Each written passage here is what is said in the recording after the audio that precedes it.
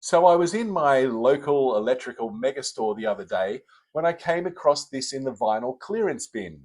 Whoa, what's in the bag? And what's in the bag was one of my favorite albums, a second album from one of my favorite bands, and an album which I think maybe has been a bit maligned over the years. And it got me to thinking, and I rushed home thinking, how about I do a video and prepare a video on bands that beat the second album curse, the sophomore slump, if you will, only to find out that there's a lot of other people from the VC who have come up with this very idea and put out some great videos. Put your link in the comments below if you'd like us to watch that video. Anyway, still, I thought I can do a video based on albums that are purely in my record collection. Now, anybody who's watched my channel before probably knows that in the 90s I went to CDs and I got rid of all of my albums with the exception of a select few, and there were slim pickings there. But I'm slowly starting to replenish the collection with the albums that I really would like. So it's not a definitive list. I'm not trying to say these are the 10 best albums of all time from this period. And I'm planning on doing probably three videos, one from the 60s into the early 70s, then the late 70s, early 80s, the post-punk new wave section, and then from the 80s and into the 90s. But, in this first section, there's no Strange Days by the Doors, there's no East West by the Butterfield Blues Band because they haven't flown their way back into my collection yet. I'd love to hear your insights on some of these albums because don't forget, you probably have a greater insight into and know your favorite band better than I do. Anyway, here are some second albums which I think beat the second album Curse, the Sophomore Slump, and they're in no particular order except chronological, which I suppose is an order. And let's go on this journey and see if we can enjoy some beautiful albums that beat the second album Curse. Let's do it.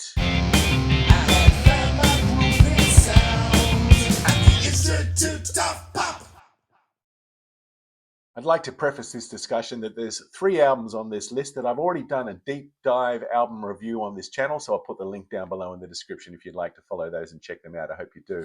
I'm going to start in 1963 and an album that did survive the great purge of the 90s, and it is the Freewheeling Bob Dylan. What a fantastic album.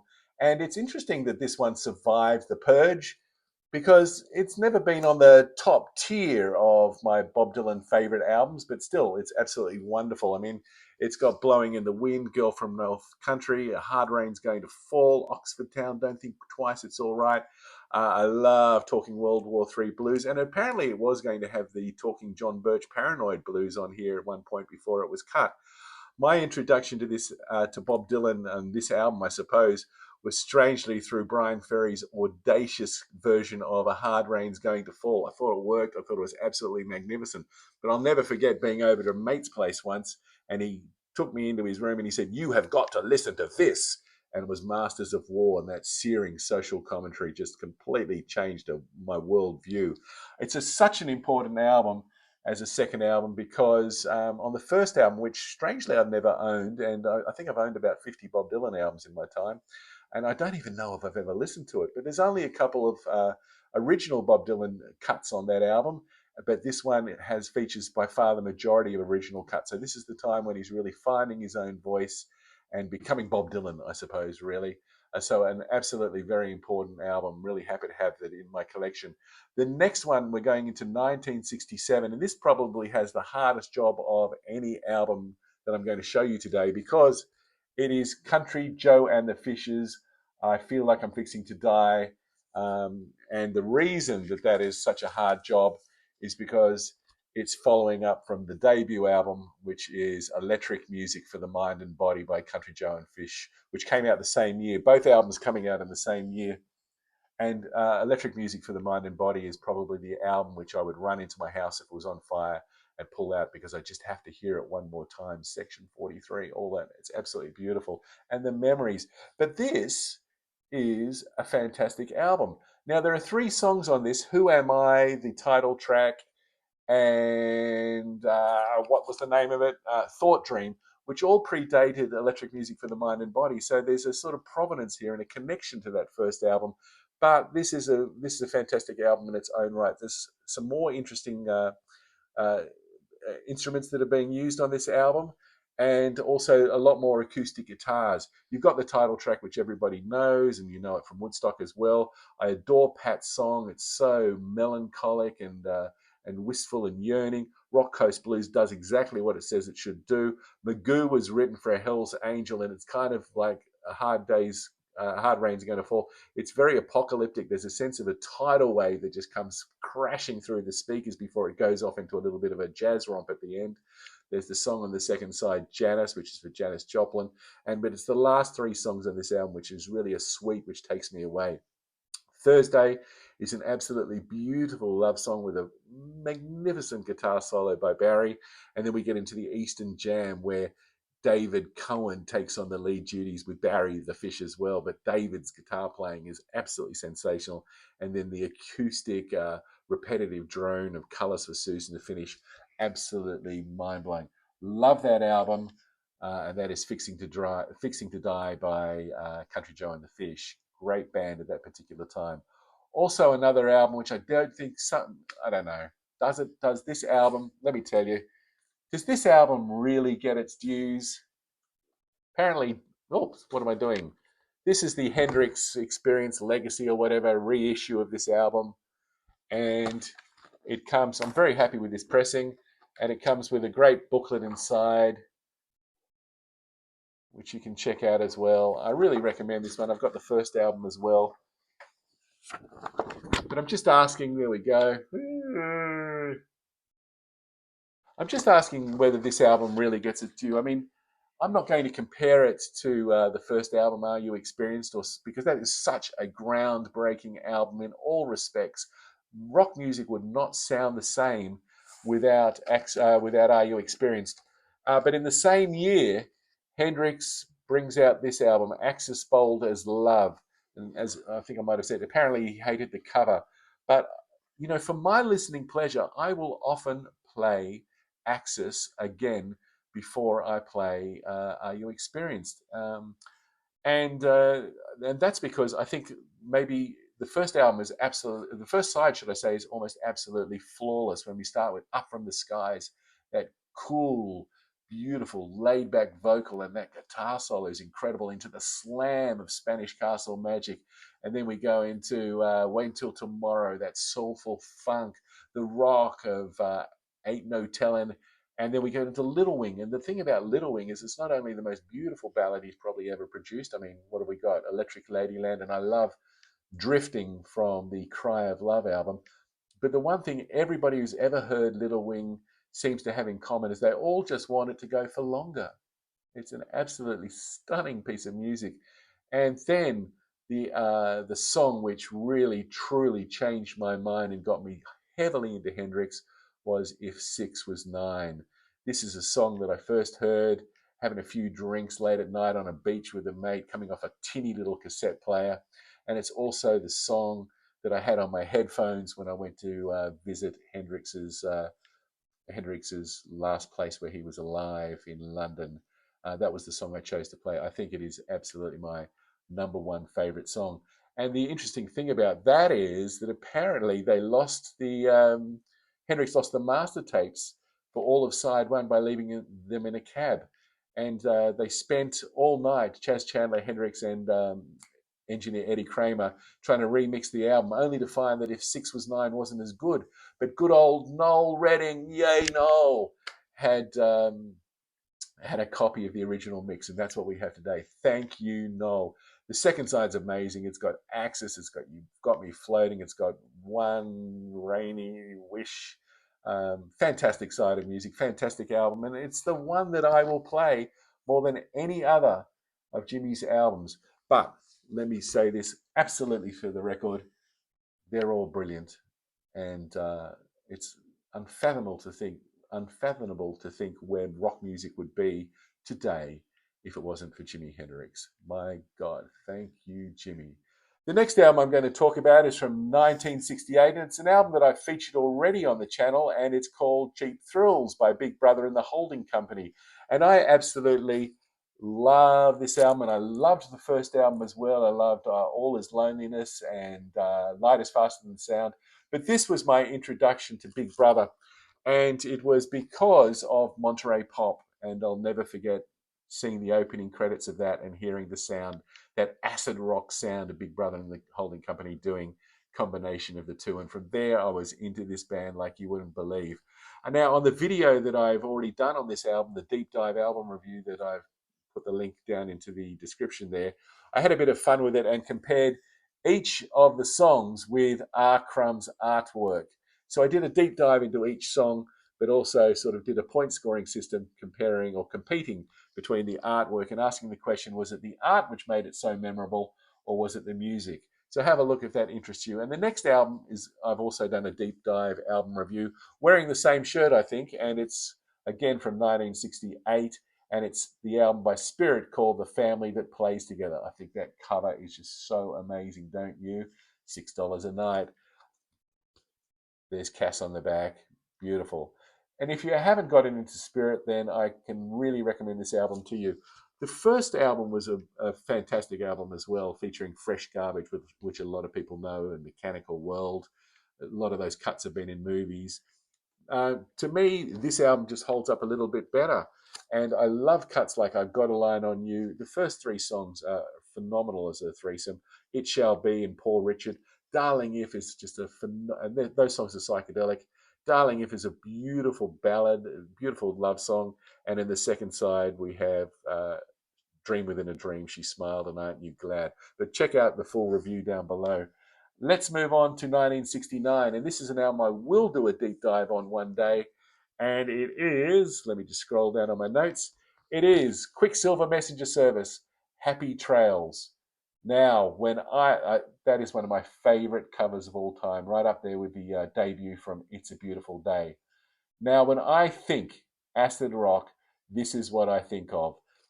I don't know whether it's so much psychedelic, but it is acid rock. It's part of the wild frontier when bands like The Dead and The Charlatans and Moby Grape were turning back to that sort of Wild West frontier aesthetic. Quicksilver were doing it as well, and there they are on the front there. We've got Greg Elmore on the drums, David Freeberg, who played in every band under the sun, but on bass, John Cipollina and Gary Duncan on guitars. This album to me is quintessential acid rock. And the last time I was in San Francisco, I put it on my headphones, went for a walk, and I was back there. I was transported. The album was recorded at the Fillmore East, Fillmore West, and so nobody sort of knows which bit came from which. So if you do know, because these may be your favorite bands and you know more about them than I do, then chuck it in the comments. But it's absolutely superb. I mean, it really gives you that sense of the ballrooms and the jams. It starts off with Who Do You Love by Bo Diddley. And haven't there been some great covers of that? And starts to albums. I mean, I always think of this album, which goes for about 25 minutes or something like that. It's one full-on jam, which ebbs and flows, has full dynamics in there, brings it right down to crowds cheering at some point, which is absolutely amazing. Crowds chanting, should I say. But I also think of The Doors opening absolutely live with Who Do You Love, which is one of the most brilliant openings to a concert that I've ever heard. If in fact they did open the concert with that, but that sounds great. And then of course there's Ronnie Hawkins opening The Last Waltz, which was absolutely superb, opening that concert. So what a great song. And then on the second side we go into another Bo Diddley song, Mona, which is treated beautifully, and then into the more exploratory and experiential sections of Maiden of the Cancer Moon and Calvary, where we really get into it. On Wikipedia, one person's referred to it as acid flamenco, and it's absolutely true. I love the taut, tight, vibrato and wah-lated guitar licks of John Cipollina, a totally distinctive sound, and then the more fluid and languid sound, but still rocking, of Gary Duncan.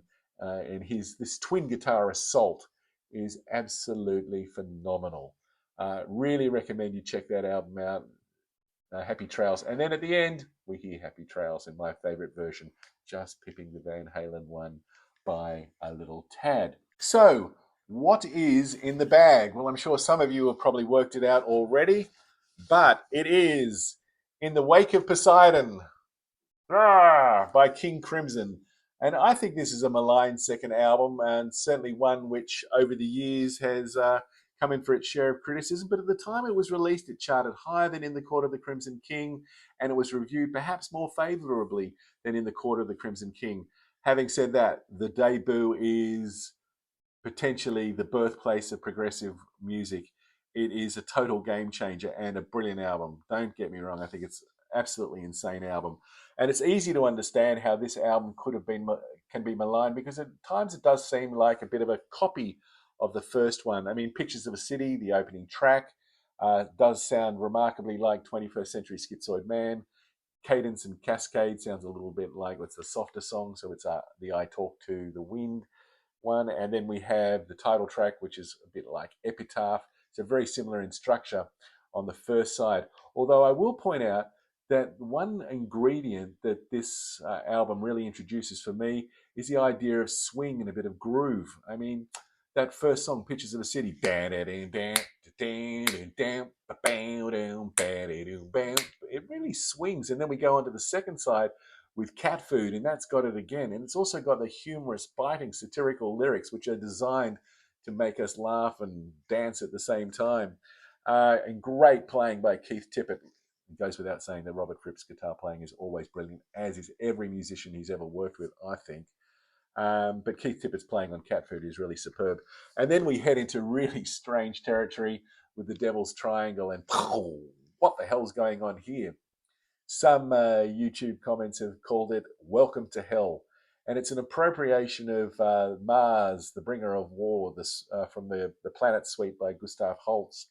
And it's a piece of music by Holst that I used in my production of Hamlet many years ago, when Fortinbras was invading and about to take down Denmark with Hamlet in it. So it is incredibly powerful. But it's not for the faint-hearted. And that's interesting too, because to me, not only is that swing and that groove sort of providing a bridge into an album like Lizard and my favorite King Crimson song, Indoor Games, but Devil's Triangle is also bringing in sort of the dissonance, the harshness, and the metallic vibe of the John Wetton, Bill Bruford, David Cross, Jamie Muir years, and down to the power trio of Red, and then into metal experiments like Thrak. So I think it does have a lot to recommend it, and it's a really great listen. Particularly, there's a couple of songs here which I just would not be without in my collection. That moves us on to another one that I featured in a deep dive album review, and this is from 1971. It's called In Search of Space, and it's a pretty damn good album. I mean, that first side is hard work. It's full on. It's coming at you all the time with you shouldn't do that assault, and fair enough. But on the second side, we have the classics, the iconic songs, Master of the Universe, Children of the Sun, and of course the bucolia of We Took the Wrong Step Years Ago, and the total bizarreness of Adjust Me. It's a cool album, this one, and it's got space rock, it's got psychedelic music, it's got acid rock in there, and another album by a band who certainly got past the second album, Curse. Let's move on to 1971, and this album by Sixto Rodriguez called Coming From Reality. You know, a lot of people picked up on this guy because of this Searching for Superman documentary that came out of South Africa. But let me tell you, Australia was right there as well. You know, I remember back in about 1977, I want to say, that his first album, Cold Fact, was being advertised in commercials on TV. We were very aware of Rodriguez and Sugar Man and Crucify Your Mind and those songs in Australia. And it also must be remembered that his first live album, called Alive Rodriguez, released in 1981, was in fact recorded in Australia in 1979. So we were right up to date with the whole Rodriguez thing. This album features Chris Spedding on, it's a more full band arrangement on Coming From Reality than Cold Fact. And it features Chris Spedding on guitar, and there's some wonderful songs on here. I actually, when I got rid of all my records, I kept 2 copies of Coming From Reality. God knows why, but I did. And this is the album that I go to for a listen when I want to listen to Rodriguez. Starts up with Climb Up on My Music, and from there, Jump Off With Me. Absolutely brilliant. I Think of You is a gorgeous, gorgeous song. Silver Words is a beautiful love song. Hakey Suburbia Bus Tour just kicks total butt.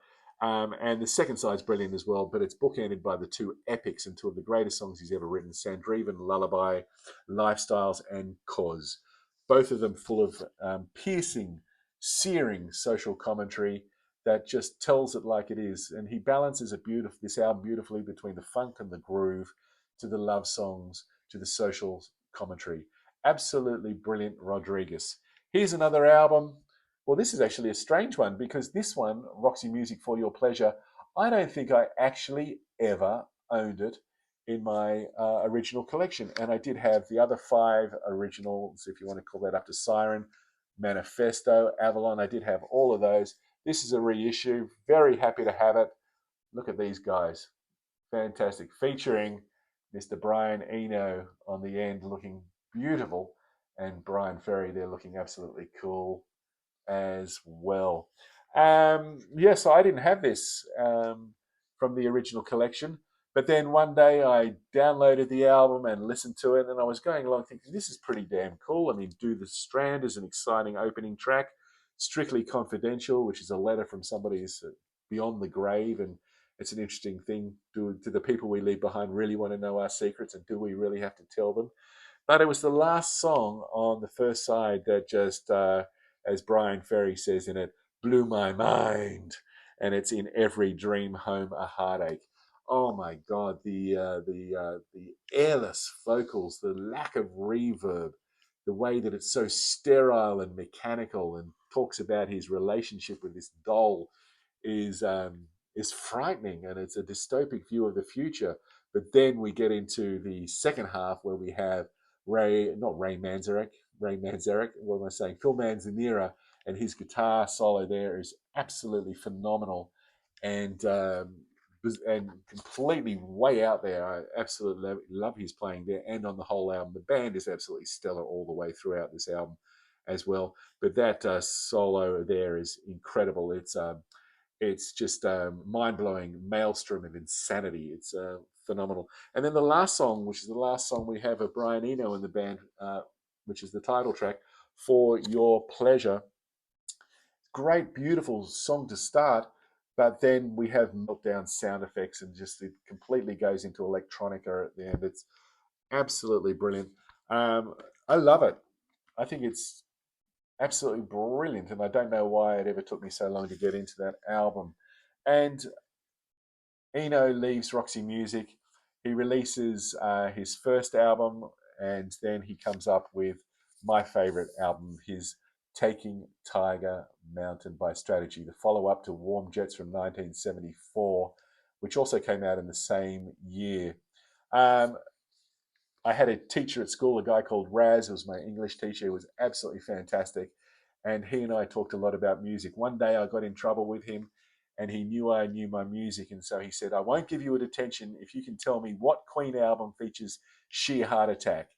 We know the easy answer, but I got News of the World. And from then we started trading tapes, back in the days where you sort of could trade tapes. And he traded me a double featuring cassette of Another Green World on one side and Taking Tiger Mountain on the other. And I absolutely love it. And this was the debut of Oblique Strategies, which we used in the studio. And this is such a favorite of mine. From the opening moments of Burning Airlines gives you so much more. I love the joyful optimism of in the sound of excitement in Mother Whale Eyeless, The Great Pretender. Third Uncle is almost proto-punk. It's just full on your face. It starts up and it never stops. It's brilliant. And that's sort of tempered by Put a Straw in the Baby, which is a beautiful, beautiful, quiet song. True Wheel is brilliant. And then Taking Tiger Mountain to finish will always have such a special moment in my heart, because it was where that song was on when I was in a car with this beautiful love of my life, and we shared a magnificent kiss. And I'll never forget hearing that song and saying that was our song. So if you're out there, I still remember. Hope you do. Anyway, that is Taking Tiger Mountain by Strategy. So what are some of your favorite second albums This is, as I said, just a partial list of mine, an incomplete list, and I'm going to be doing hopefully 2 more videos. But I'd love to hear your thoughts on these and your insights into these albums, but also your suggestions of what are some albums that have beaten the second album curse of the sophomore slump, and chuck those down in the comments. Hope you've really enjoyed going on this ride with me, and will join me again next time. If you did, why not give it a like or maybe subscribe? And I've got a lot of pleasure out of talking with you about this. And don't forget, if music of any style or sound gives you pleasure, then who am I to argue with your opinion? Hope to see you again real soon.